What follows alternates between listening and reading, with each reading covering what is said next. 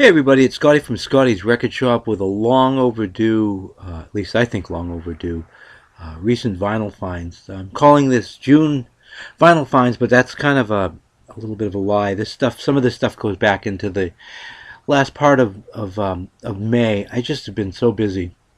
I know a lot of you guys know what that's like.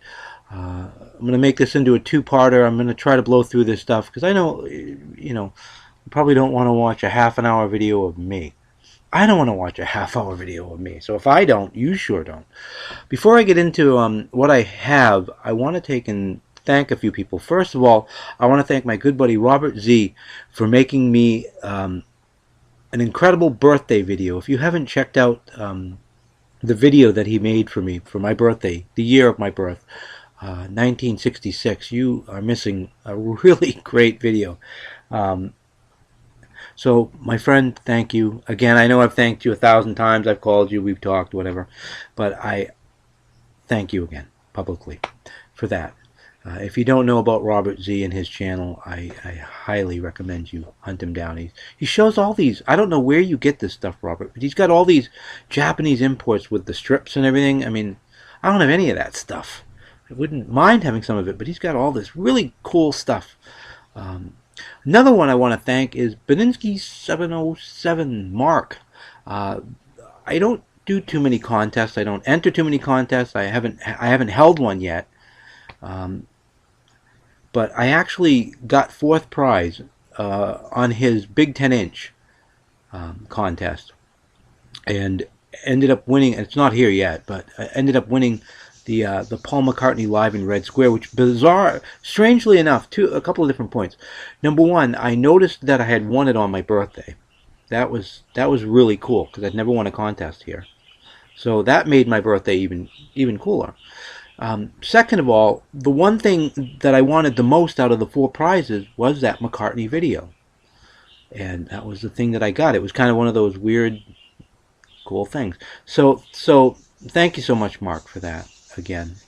Alrighty. Gonna go through some of this vinyl. Again, if you haven't noticed my stuff, it's all over the place. Probably more commercial pop than not, but there's some good boogie rock and roll in this pile. Like I said, there's gonna be two videos here, so we'll go through. Let me put this down here. My little mouse. Let's go through. Some of these are upgrades. Some of these are I've never had them on vinyl. They're from different sources too. Some of them are from the Record Connection in Waterville, Maine. Some of them came from Music Mecca, an online place that I deal with as well, and some other things too. But all right, first one, get right into it, huh?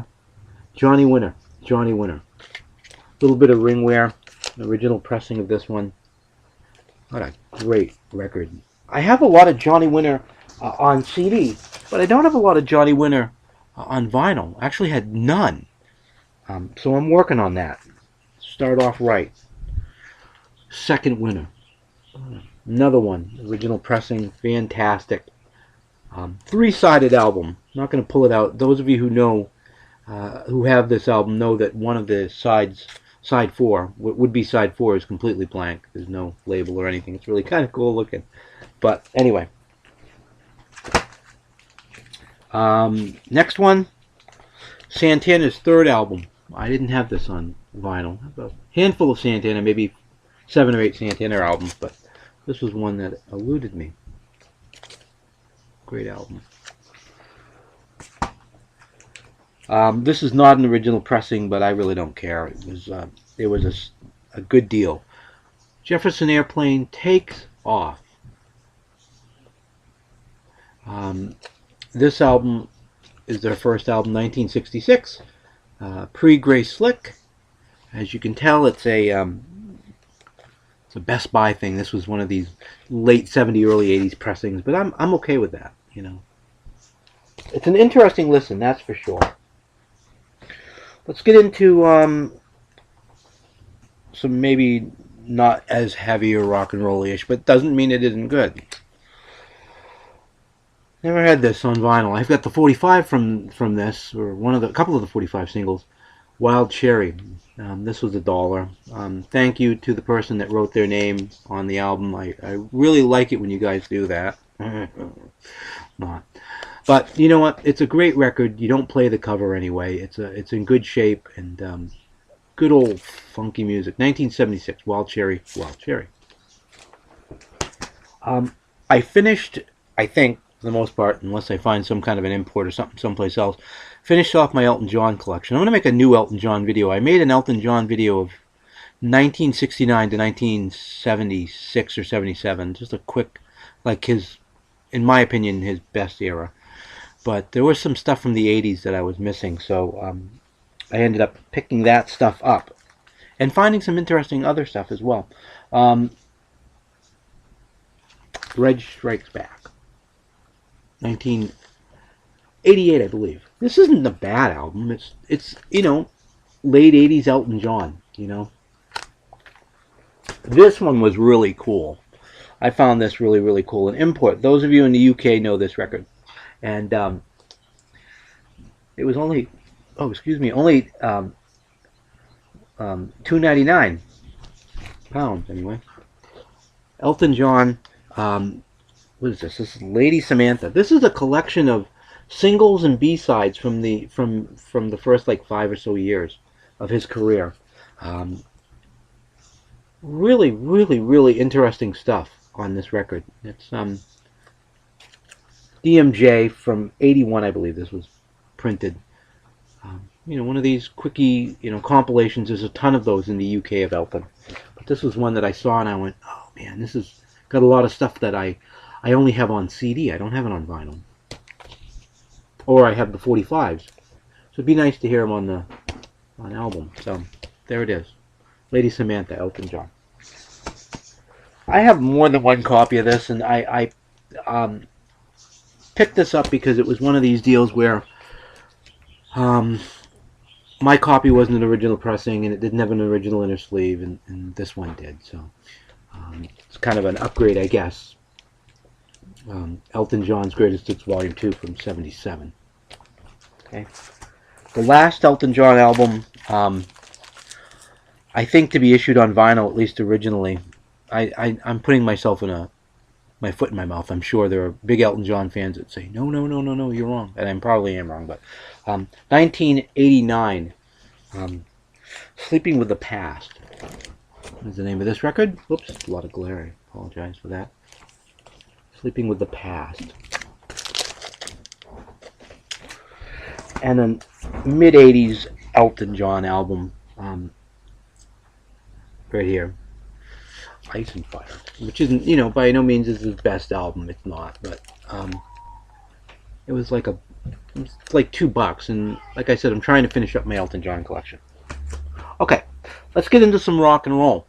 Back into the rock and roll thing here with a bunch of Foghat. I was missing a lot of Foghat, and I was able to score a lot of Foghat really cheap. So, and some of them are not, you know, I mean. Tight Shoes, come on. Is it your favorite Foghat album? Probably not. But to finish the collection off, at least my collection of Foghat goes up into the early 80s now, and that's all I really care about on vinyl. This one I didn't have on, I'm almost ashamed to admit I didn't have on vinyl. But I do now. Fool for the City. Great record. Kind of the commercial era of Foghat, you know. Things gonna not that that's a bad thing, but I'm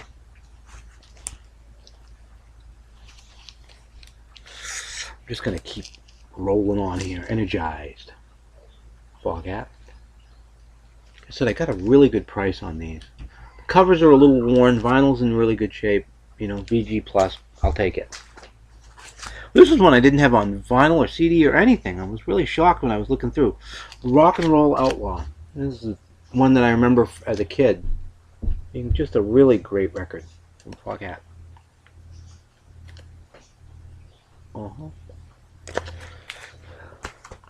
This is an upgrade because my cover of this, it's one of these die cut covers, and well, you know, it just, you know, the E always gets ripped apart basically. Mine is not in great shape, so an upgrade for the cover's sake anyway. Foghat Live. Oh, what else do we got here? A couple more Foghat. Another one of those, it's not going to be your favorite Foghat album, but,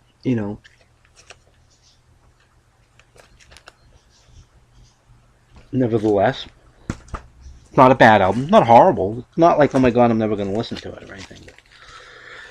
Let's see here. Boogie Motel.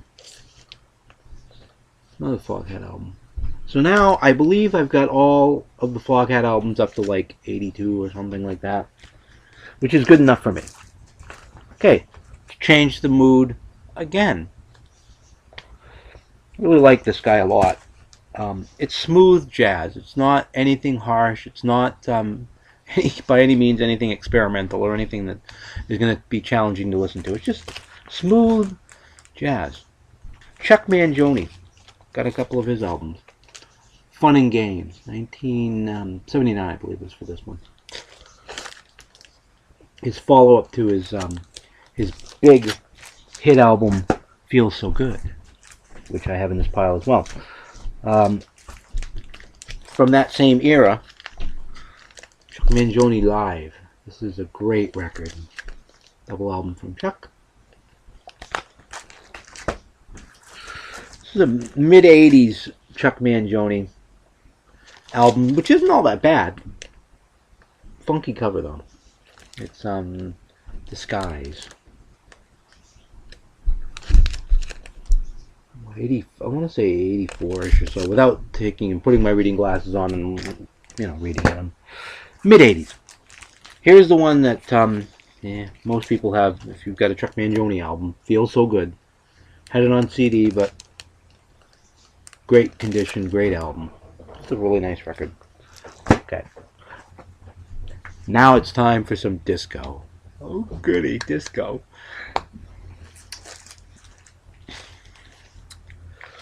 KC and the Sunshine Band. You know what? For $1, come on.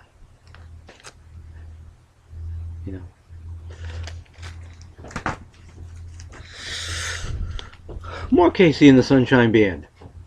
Why not?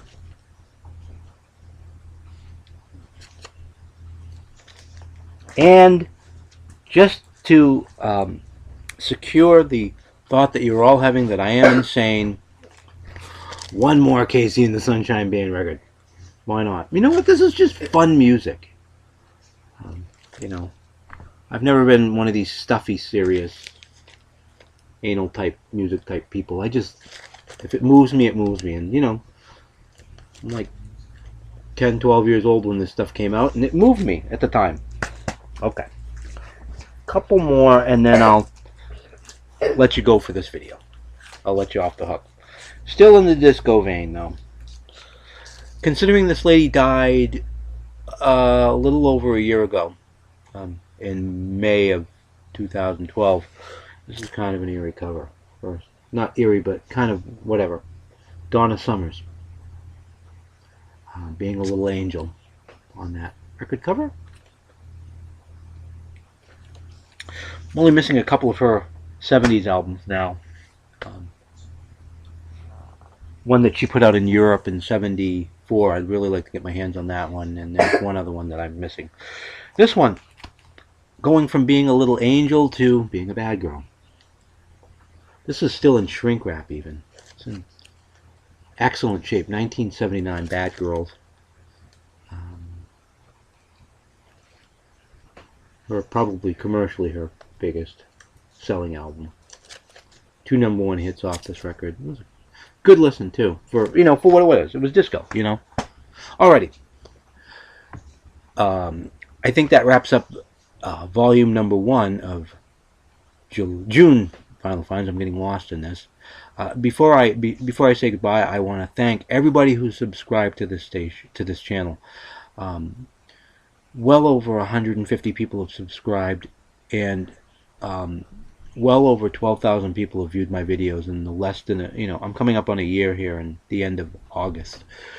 And I'm not all about numbers. I mean, it's not about having tons of numbers, but it is appreciated. I really do appreciate everybody who tunes in, and I just want to thank you for that. Okay? I'll be back in a little bit with volume #2 of my most recent vinyl finds. Okay? Until then, peace and love.